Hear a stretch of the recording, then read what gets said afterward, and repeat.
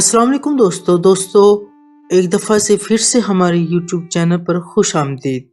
دوستو آج جس کے بارے میں ہم آپ کو ایک واقعہ سنانے جا رہے ہیں وہ حضرت آدم علیہ السلام کے بیٹوں کے بارے میں ہے۔ دوستو یاد ہے کہ حضرت آدم علیہ السلام کے بیٹے حضرت قابیل اور حضرت حابیل تھے۔ یہ دوستو ایک بہت ہی منفرد اور ایک اسلامی مصادر پر مبنی درست کہانی سنانے جا رہا ہوں۔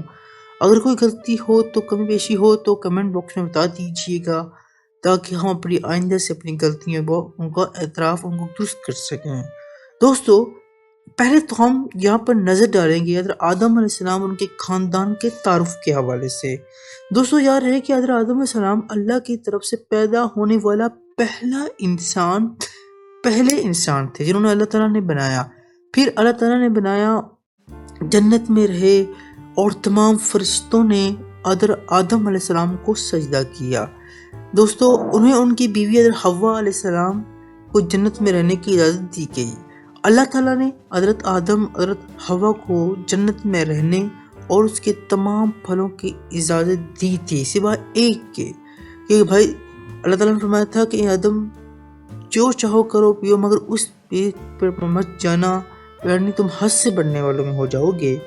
تو پھر کیا ہوا، شیطان وسوسے ڈالے، یعنی شیطان مطلب ابلیس کی وجہ سے وسوسے اندازی کے بحث حضرت آدم علیہ السلام اور حضرت حوا نے اس درخت کا پھل کھا لیا تھا، جس کے نتیجے میں انہیں جنت سے نکال کر زمین پہ بھیج دیا گیا۔ وہاں حضرت آدم علیہ السلام بھٹکتے رہے اور حضرت حوا علیہ السلام کی تلاش میں بھی پھر اللہ سے معافی مانگتے رہے۔ ایک دن اللہ تعالیٰ نے ان کو معاف کیا اور ان کا امتحان شروع ہو گیا۔ تو اس طرح کے ساتھ وہ امتحانات شروع ہوتے رہے۔ ایک دن اللہ تعالیٰ نے ان کی دعائیں قبول کر لی۔ دوستو اس کے بعد اگر ہم بات کریں حضرت حابیل علیہ السلام اور حضرت قابیل کی پیدائش کے بارے میں، حابیل اور قابیل دونوں بھائی تھے۔ حضرت آدم اور حوا کی کئی اولاد تھی، جس میں دو مشہور بیٹے حضرت حابیل اور حضرت قابیل تھے۔ حضرت حابیل نیک اور صالح تھے، جبکہ حضرت قابیل کا کردار بدلا ہوا تھا۔ وہ حسد اور تکبر میں مبتلا تھے، وہ ہمیشہ حسد کرتے، تکبر کرتے، لیکن حضرت حابیل نیک تھے، صالح تھے، ماں باپ کے فرمان بردار تھے اور بہترین تھے۔ حضرت آدم نے اپنے بیٹوں کو اللہ کی رضا کے لیے قربانی پیش کرنے کا حکم بھی کیا تھا۔ آدم علیہ السلام نے کہا کہ تم دونوں بیٹوں اپنی خربانیاں اللہ کی راہ میں خرچ کرو، کچھ دو۔ تو اس طریقے کے ساتھ ان کی قربانی کا ہم تھوڑا سا آپ کو واقعہ بتاتے ہیں۔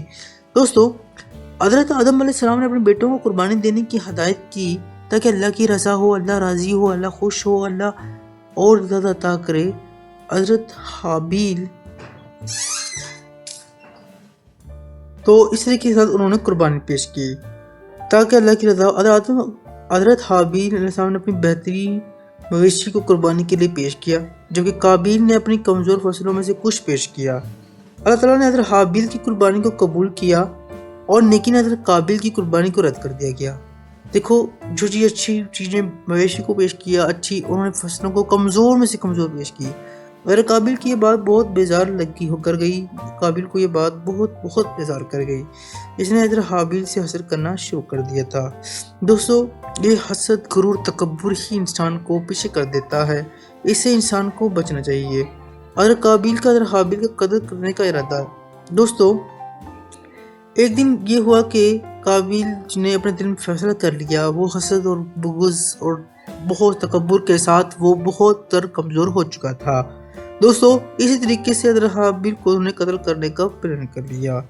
دوستو اسی طریقے سے حضرت حابیل نے قابیل کو سمجھایا کہ اللہ تعالیٰ کے فیصلے کے آگے کوئی نہیں چل سکتا اور اپنے عمل کا جواب دہ ہے۔ تو حابیل نے حالانکہ اسے سمجھایا بھی تھا کہ اللہ کا فیصلہ ہے، اللہ ہی کے سب کچھ ہے، اللہ ہی کے روبرو ہے تمام مخلوقات۔ حضرت قابیل نے کہا میں تمہیں قتل کر دوں گا، اور حضرت حابیل نے جواب دیا اگر تم مجھے قتل کرنے کے لیے اپنا ہاتھ بڑھاؤ گے تو میں تمہیں قتل کرنے کے لیے اپنا ہاتھ نہیں بڑھاؤں گا، کیونکہ میں اللہ سے ڈرتا ہوں۔ دوستو کتنی زبردست بات کی تھی حضرت قابیل نے کہ اگر تم مجھے قتل کرو گے تو وہ الگ بات ہے، لیکن حابیل نے کہا کہ اگر تم مجھے قتل کرنا چاہتے ہو تو اپنا ہاتھ بڑھاؤ گے تو میں تو کبھی تمہیں قتل نہیں کرنے کے لیے کچھ نہیں کروں گا، نہ میں تمہیں قتل کروں گا نہ تجھ پر ہاتھ اٹھاؤں گا کیونکہ میں اللہ سے ڈرتا ہوں۔ دوستو اسی طریقے کے ساتھ حضرت قابیل کا قتل کرنا یہ ہوا، حضرت قابیل نے غصے میں آ کر حضرت حابیل کو قتل کر دیا۔ جب حضرت قابیل نے اپنے بھائی کو قتل کیا وہ پریشان ہو گیا کہ اب کیا کرے۔ اللہ نے ایک کوے کو بھیجا جو دوسرے کوے کو جسم کھود کر دفن کر رہا تھا۔ حضرت قابیل نے اس کوے کو دیکھ کر سمجھا کہ اسے اپنے بھائی کی لاش دفن کرنے کا طریقہ آنا چاہیے۔ اس واقعے کے بعد قابیل کو اپنی غلطی کا احساس ہوا، لیکن اس وقت پر بہت دیر ہو چکی تھی۔ اس نے کہا ہائے افسوس، مجھے تو کوے کو دیکھ کر اپنے بھائی کو دفن کرنے کا طریقہ بھی نہیں آیا تھا، اور اسے دیکھ کر کوے کو دیکھ کر مجھے اس کا استعفیٰ اس کو مجھے سمجھ ہے نہ غلطی کا احساس ہوتا رہا، لیکن اس وقت تک دیر ہو چکی تھی۔ دوستو اللہ تعالیٰ ہر کسی کو سزائیں دیتا رہتا ہے، اور اسی طریقے کے ساتھ اللہ تعالیٰ نے تمام تر کو سزائیں دی ہوں گی۔ انسان دنیا کے اندر ہی اپنی گناہوں کی سزا پانا شروع کر دیتا ہے۔ اللہ کی طرف سے کیا سزا ہوئی؟ حضرت قابیل نے اپنے بھائی کا قتل کیا۔ اس کا یہ عمل نہ صرف ایک جرم تھا بلکہ اس نے انسانیت کے لیے ایک عبرتناک نشانی بنائی۔ دوستو یہ زمین کا پہلا قتل تھا، پہلا مرڈر تھا، اور اس مرڈر کی وجہ سے دنیا کے اندر یہ ایک عبرت نشانی بن گئی۔ اس سے لے کر آج تک لوگوں کے قتل ہوتے آ رہے ہیں، کرتے جا رہے ہیں، بھائی بھائی کا قتل بن گیا ہے۔ اب یہاں پر دیکھو دنیا کا پہلا قتل ہوا، پہلا انتقال ہوا حابیل کا، تو قابیل نے کیا، وہ قابیل کا قاتل تھا، اس نے قتل کیا، وہ جرم تھا، وہ انسانیت کے لیے ایک عبرتناک نشانی ضرور بنے۔ اللہ تعالیٰ نے اپنے قابیل کو سزا دے کر اسے نادم کیا اور اس کی غلطی کو سنانے کا کوئی موقع نہ دیا۔ دیکھیں دوستو اللہ تعالیٰ کی جب پکڑ ہوتی ہے وہ کسی کو نہیں چھوڑتی، وہ ہر کسی کو تباہ برباد کر دیتی ہے۔ اسی طریقے کے ساتھ اس کی غلطیوں کو سنارنے کا کوئی اللہ نے موقع اسے دیا ہی نہیں۔ دوستو اگر ہم اس سٹوری میں بات کریں تو کچھ اس طریقے سے ہو سکتی ہے۔ اگر ہم بات کریں اس کا ایک سبق کیا ملتا ہمیں، دیکھیں اگر حابیل اور قابیل دونوں بھائی تھے سگے، ایک ہی ماں باپ ایک ہی اولاد تھے، یہ سبق تو یہ دیتی ہے کہ حسد سے بچنا چاہیے، تکبر سے بچنا چاہیے، اور خود غرضی سے انسان کو تباہ کر دیتی ہے۔ دیکھیں دوستو حسد، تکبر اور خود غرضی انسان کو ضرور تباہ کرتی ہے۔ اللہ جو کی رضا ہی سب کے لیے بھلائی ہے۔ جب انسان اللہ کی رضا کی بجائے اپنی خواہشات کو ترجیح دیتا ہے نا تو اس کا نتیجہ کیا ہوتا ہے؟ نقصان میں جاتا ہے انسان، نقصان دہ ہوتا ہے۔ دوستو اسی طریقے کے ساتھ اللہ تعالیٰ کی رضا کو ماننا چاہیے، اسی پر قابض ہونا چاہیے، سب کچھ اپنے اللہ کے حوالے کر دینا چاہیے۔ دوستو اس کہانی سے ہمیں ایک اور سبق مل سکتا ہے، اس کہانی سے ہمیں یہ بھی سیکھنے کو ملتا ہے قربانی کے ذریعے اللہ کی رضا حاصل کی جاتی ہے، اچھے اعمال کے ذریعے اللہ کی خوشنودگی حاصل کی جاتی ہے۔ دوستو دونوں بھائیوں نے قربانی دی، حابیل کی قبول ہو گئی، قابیل کی نہیں ہوئی، قابیل کو حسد آیا، تکبر آیا، خود غرضی آئی، غرور میں ہو گیا۔ اس طریقے کے ساتھ وہ اسے قربانی نہیں ہوئی کہ اس نے کمزور سے کمزور بنا دیا تھا، لیکن اگر حابیل نے اچھی سے قربانی دی۔ اگر حابیل کی قربانی کیا ہے؟ اگر حابیل کی قربانی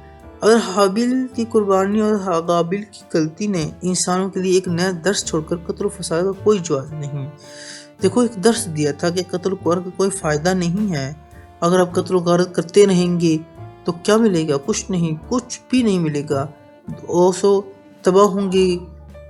ایک حدیث بھی ہے کہ جس نے ایک انسان کی جان بچائی گویا اس نے پوری دنیا کی جان بچائی، گویا جس نے ایک شخص کو قتل کیا گویا اس نے پوری دنیا کا قتل کر دیا۔ دوستو اسی طرح کے ساتھ یہ کہانی یہ قصے اس طرح کے ہمیں سبق دیتے رہتے ہیں۔